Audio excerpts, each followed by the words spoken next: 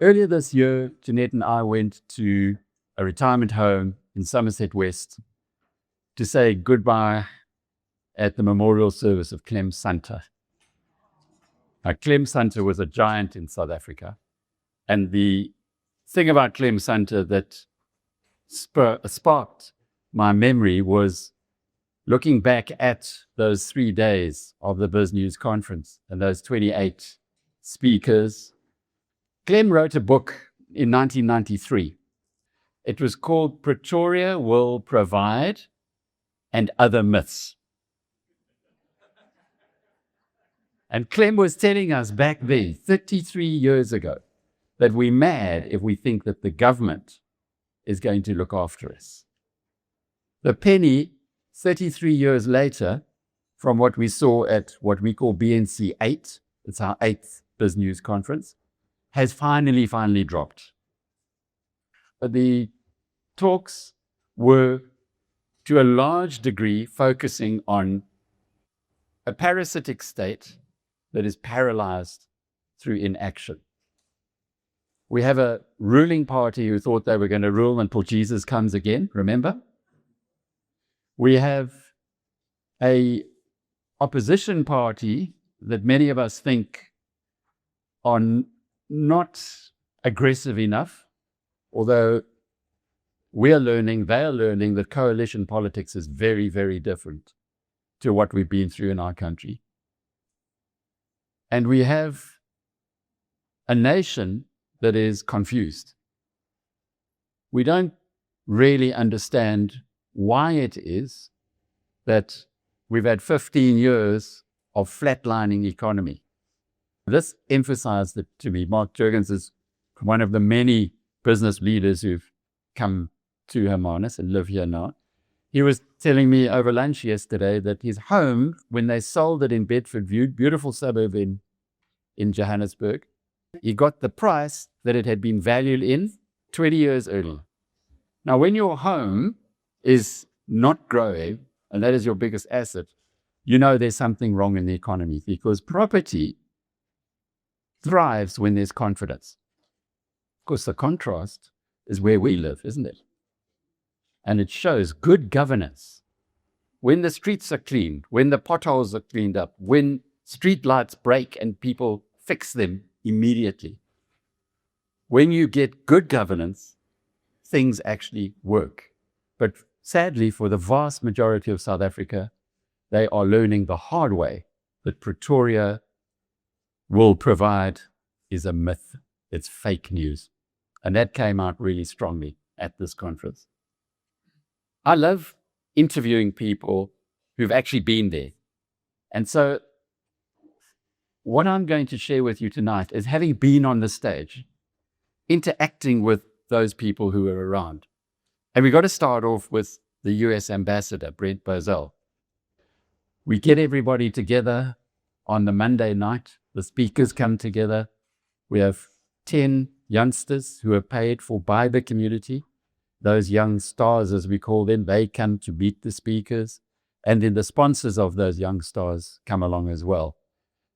And at that event on the Monday evening, up to that point, we had not disclosed who our keynote speaker was going to be, for very good reason. I mentioned earlier that we live in a world where everyone's confused. Well, right now in the Middle East, there's a war going on. And the leaders of the Iranian regime have been popped off, targeted by the Americans and the Israelis. Now, you can just imagine if we'd been advertising that the US ambassador to South Africa, Donald Trump's man in this country, is going to be in Hermanus on the 10th of March, and he'll be giving the keynote address. Our security bill would probably have trebled from the quite substantial amount that it's at anyway. So we decided not to disclose this, and we kept it as a mystery. There was a precedent for this at the last investment conference in September last year.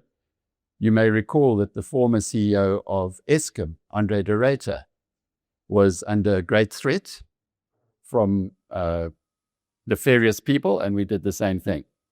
We did not disclose. And it actually went down quite well. It was a bit of a gasp when he walked into the room. With the US ambassador, of course, he was at the function on the Monday night with the youngsters. Everybody there was sworn to secrecy.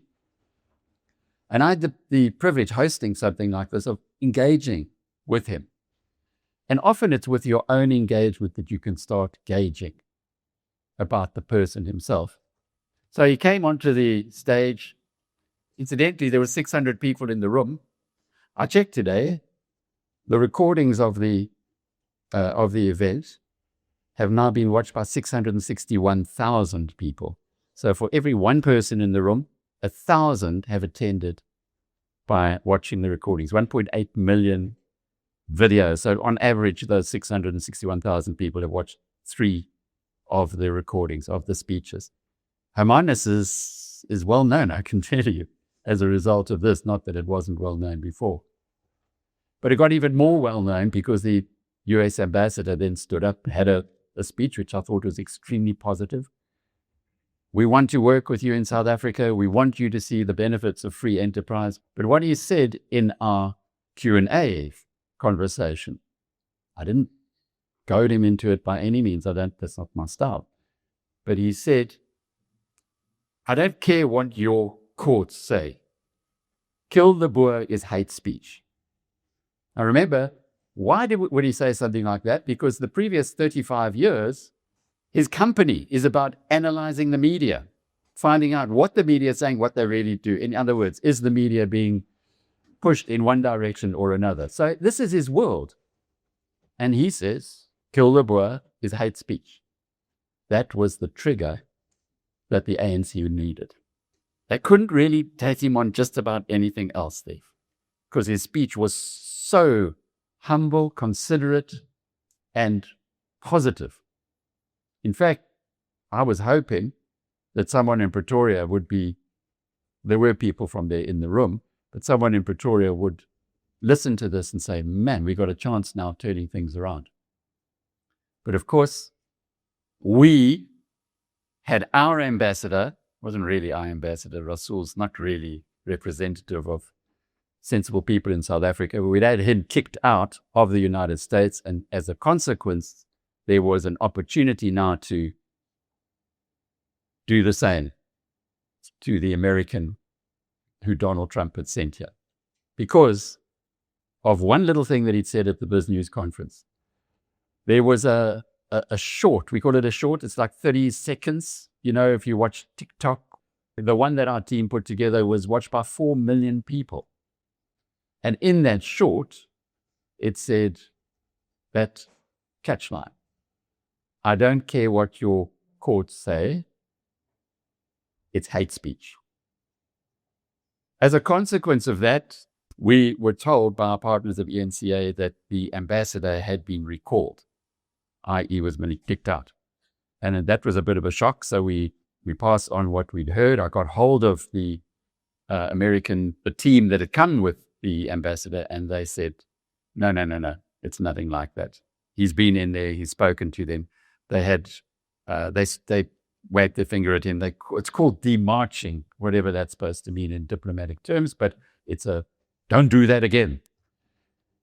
Now, subsequent to that is what's been very interesting is that the US ambassador has made huge progress, and apart from having smiling pictures with the president, with Cyril Ramaphosa, he's also met with and praised our new ambassador to the United States, Rolf Meyer. And at the time of the BizNews Conference, it looked pretty wonky, but afterwards, I'm now feeling like that ice is thawing. Things are getting a lot better between the two. So that was a big one, was the US ambassador. And certainly a heck of a lot of people in South Africa knew there was something going on in Hermanus, and maybe they're going to come and visit us and find out why they should be coming here every year for their holidays. Our theme was opportunity in a dangerous world. And it's very appropriate that we had Iraja Bedian, who is an Iranian. He came to South Africa from Iran, went to UCT, was a professor of economics at UCT for 20 years. He then became the chief economist of Standard Bank, very high profile, very well accepted by the ANC presumer. They asked for his counsel often. And being an Iranian, who's better to tell us what's going on in Iran? He says the only problem, he told us, is that there's no communication. His family, his cousins, now and then, he said, every few weeks, he'll get a quick phone call for like 30 seconds saying, we're alive. That's it. Iran is a train smash today. But the feedback Iraj gave us was that the Iranian people say, whatever it takes, we have to get rid of this regime. You wouldn't say that if you listen to Gwede Mantashe, who's now telling us the reason why South Africa's got petrol in its pumps is because we've got a friend in Iran. Or maybe the ANC's got a friend in Iran. But the South African people generally don't love a place. That, Iraj was explaining to us, women are half people, legally. Legally, if you get a witness, if it's a man, if you need one witness, it's a man, one person signs. If it's a woman, you need two. If you go to court, the woman is a half person in Iran. And there's many other things that this incredibly cultured, civilized nation has been subjected to by the theocracy that is running there. Now, I don't know the Middle East well enough, and I think most of us here in South Africa, we're too easy to express our opinions on these things. So I won't express an opinion on it, because I really just don't know. I haven't lived there. I don't know too many people from there. And it's a tragedy when anybody dies. But it's got to be more of a tragedy when you have a theocracy, which is of a very splinter, as he was explaining to us, of a part of the Islamic faith, who believe this is the way you're able to go forward. And remember, there's no elections that mean anything there. They just run the place as they want to. The theocracy, the mullahs. Two sides to the story. To me, he really put that into good perspective for us. We also then had this year two different things. The one was in honor of a man that we loved at BizNews. My colleague Chris Steyn, who lives up here in Voorklip, every Sunday would talk to Neil de Beer, and Neil would attract about 250,000 people to watch that video every Sunday. Now, I just ask you, next time you go to a rugby stadium, look around it. Ellis Park in Johannesburg, full. You can't believe so many people exist in the world, and that's 63,000 people. So you've got 4 Ellis Parks full, who used to listen to Neil. Why? Because he was independent. Because he said what he believed, and he was quite funny. Not quite. He was very funny. Neil said to me at the last BizNews Conference here in Hermanus, where he and Chris were on the stage. He was in very advanced stages of cancer at that stage, but he came, he spoke. He is the only person to date who's had a standing ovation from the delegates. And he said to me, we've got to do a liberty conference because there's an attack on the personal liberty of South Africans, which is extreme. Let's start this. I've got some ideas. Here are the people that I think we should invite. Unfortunately, he passed away before we were able to host the Liberty Conference. We decided to incorporate it into our BizNews event, BNC, and we invited those people that Neil wanted there as speakers, and we gave them half an hour slots each. And they all spoke about the personal liberties that had been attacked in South Africa. And those speeches have been very popular. 60, 80, 100,000 people have watched those recordings. They included people like Wayne Duvenage from Outer, Corné Mulder, who Neil, although a competing politician, had huge respect for. That was to honor Neil de Beer, and it was appropriate. We also then had, for the first half day of the first day, we had an investment masterclass. And that was extraordinarily interesting. We got the top money managers in the country, Cy Jacobs, Piet Viljoen, Peter Major, Sean Pesh, who's one of the big top international investors. And they spoke to us about their views on investing at the current time. And what stayed with me was the way that Cy Jacobs, before his talk, he told us he'd been awake at 2 a.m.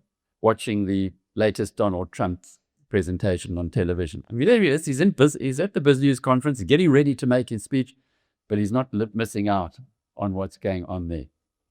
What he said was that this war in Iran, people are misreading it really badly. They don't know, because the press are giving, or the media is giving, a particular picture. He said, you've got to get past that and go into what's actually happening. Because seriously, with a lot of the media that you'd read today, you'd believe the Americans are losing. But the reality is something very different. And as a consequence of that, he has been stocking up on shares, had been at the time. Stock markets had taken a decline. He didn't say it after the event, he said it right there. And if you have a look at the way the stock markets have been performing in the last month, he was spot on the money. So anybody who was at the conference and listened to Cy, they paid for their ticket for the next 20 years. Helen Ziller is just a phenomenon. The BizNews tribe, as we call those who align with our values, thoughtful patriots. The BizNews tribe loves Helen Ziller. And as a consequence, there are a lot of members of the BizNews tribe in Joburg. It would not surprise me if Helen doesn't win a majority. It would not surprise me, which is just about impossible when you look at it from the outside. But boy, is she a force of nature. And once again, she was. And she drew on her understanding of history to say what happened to the Roman Empire is what's happening to Johannesburg today. Now, you'll be able to go and watch all of these things. We've got a wonderful PDF. Sometimes my team, they always excite me, but what they did here is just off the charts magnificent. It's an interactive PDF, which is beautiful to look at, but you can click on it, and in there, it'll take you through to the different videos and things that you can see. I would strongly recommend you go and watch Helen Ziller, and you might also start going onto Poly Market and having a bet on Ziller winning a majority in Joburg. I don't know what the odds are. It seems you could bet on anything nowadays on these Poly Markets, but it would not surprise me. The other big political story to come out of this event was from a guy called Prince Mashele. Prince is a political scientist, and Prince said, we've tried running this country by whites. Didn't work. We've tried running this country by blacks. Didn't work. Now we've got to try running this country by whites and blacks. And so he was saying we need to get the elites, the smart people together and work in this movement, and anybody who's there to make money or to extract from the system must be banished. Oh, did our guys love that. They just loved it. He says this movement is going to be in 2029. They will be standing in the national elections. And he's got some pretty heavy people behind him. Prince Mashele took the wraps off that at BizNews. The local realities. I said to you in the beginning that Pretoria will not provide. Well, that is what came through. We had lots of insights into how to state-proof yourself. It's almost like people have now realized that the government is not going to look after you, not in this country. So you've got to look after yourself. How do you look after yourself? You state-proof yourself. You find ways to not be exposed to Eskom when there's load shedding. You find ways, in the cities anyway, not to be exposed to the Rand Water Board, who've just ravaged that organization. Not to be exposed to many of these organs of state which have collapsed due to cadre deployment. Call it what it is, and that's what it was. The South African parasitic state is illustrated by one of our speakers, Donald Mackay, who's the expert, the preeminent expert in the country on trade. He spends his time looking at the stuff we couldn't be bothered looking at. which is the data, the real data. And he says that there are 40 transformation funds in this country where people are quite willingly putting money into it, but there's no auditors, there's no idea where that money is going to. Have a guess. There's quite a few people up in the cities who have their Johnny Walker Blue and cream sodas, who are enjoying the ability to tap into those funds. Billions and billions and billions of rands that have been injected into these supposedly reputable funds because we're doing the right thing in transformation, and we don't know where the money's gone. Nobody knows where the money's gone. There's no audit trail. It's gone. It's like this latest idea of 100 billion rand in a transformation fund for black industrialists. Seriously? Who do you think those black industrialists are going to be? That's what the BizNews Conference tells people. That's what we need to know.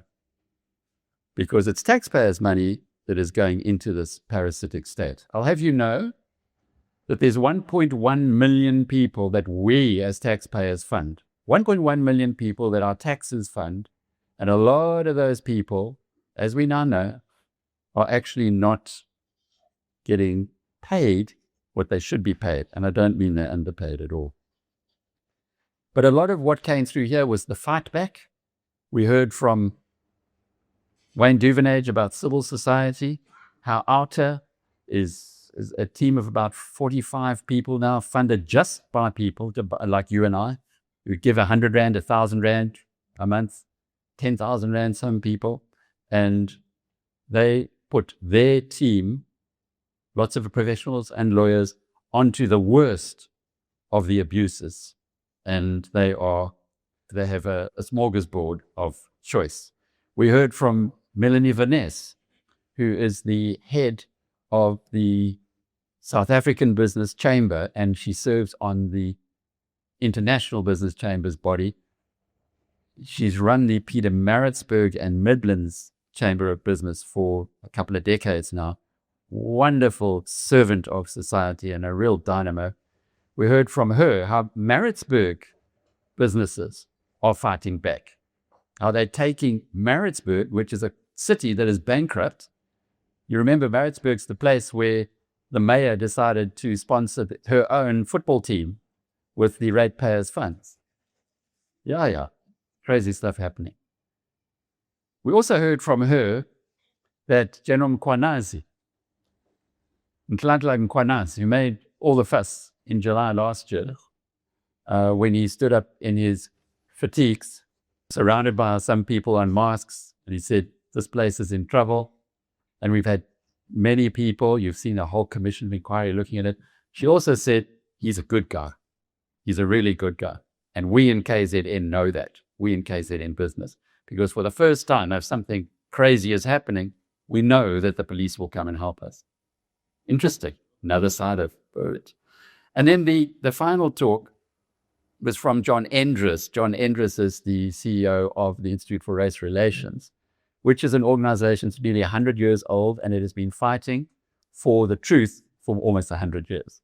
And the IRR was hated by the British when they ran the country. It's hated by the Nats, and it's hated now by the ANC. So they must be doing something right.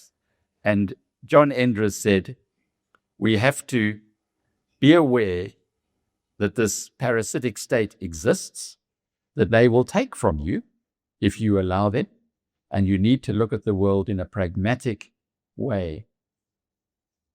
I walked away from this conference with the engagement that I had with so many incredible minds, so many brave people who occupy extremely important positions in our country. I walked away from that being uplifted, realizing that, yeah, we got a mountain to climb.